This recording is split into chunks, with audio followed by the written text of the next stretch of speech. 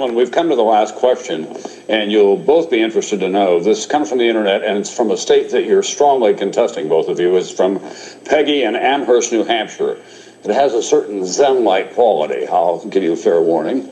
She says, "What don't you know, and how will you learn it?" Senator Obama, you get first crack at that. My wife, Michelle, is there, and she could give you a much longer list than I do. And most of the time I learn it by asking her. But look, the nature of the challenges that we're going to face are immense. And one of the things that we know about the presidency is that it's never the challenges that you expect. It's the challenges that you don't that end up consuming most of your time. But here's what I do know. I know that I wouldn't be standing here if it weren't for the fact that this country gave me opportunity.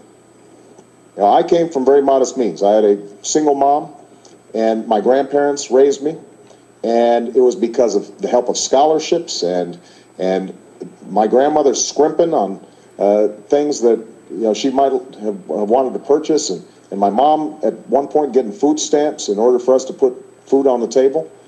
Despite all that, I was able to go to the best schools on earth. I was able to succeed in a way that I could not have succeeded anywhere else in this country. The same is true for Michelle, and I'm sure the same is true for a lot of you. And the question in this election is, are we going to pass on that same American dream to the next generation? Over the last 8 years, we've seen that dream diminish. Wages and incomes have gone down. People have lost their health care or are going bankrupt because they get sick. We've got young people who've got the grades and the will and the drive to go to college, but they just don't have the money. And we can't expect that if we do the same things that we've been doing over the last 8 years, that somehow we are going to have a different outcome. We need fundamental change. That's what's at stake in this election. That's the reason I decided to run for president, and I'm hopeful that all of you are prepared to continue this extraordinary journey that we call America. But we're going to have the courage and the sacrifice, the nerve to move in a new direction. Thank you. Senator McCain, you get the last word. Senator Obama had the opening. You're last up. Well, thank you, Tom. And I think what I don't know is what all of us don't know. And that's what's going to happen both here at home and abroad. The challenges that we face are unprecedented. Americans are hurting tonight in a way they have not in our generation. There are challenges around the world that are new and different, and there will be different. We will be talking about countries sometime in the future that we hardly know where they are on the map, some Americans. So what I don't know is what the unexpected will be. But I have spent my whole life serving this country. I grew up in a family where my father was gone most of the time because he was at sea and doing our country's business. My mother basically raised our family. I know what it's like in dark times. I know what it's like to have to fight to keep one's hope going through difficult times. I know what it's like to rely on others for support and courage and love in tough times.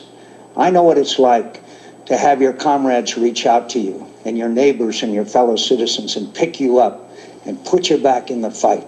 That's what America's all about. I believe in this country. I believe in its future. I believe in its greatness. It's been my great honor to serve it for many, many years. And I'm asking the American people to give me another opportunity. And I'll rest on my record, but I'll also tell you, times are tough. We need steady hand at the tiller. And the great honor of my life was to always put my country first. Thank you, Tom. Thank you very much, Senator McCain. That concludes tonight's debate from here in Nashville. We want to thank our hosts here at Belmont University in Nashville and the Commission on Presidential Debates. And you're in my way of my script there, if you will move.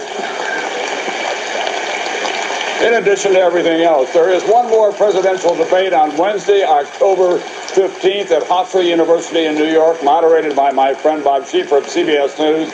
Thank you, Senator McCain. Thank you, Senator Obama. Good night, everyone, from Nashville.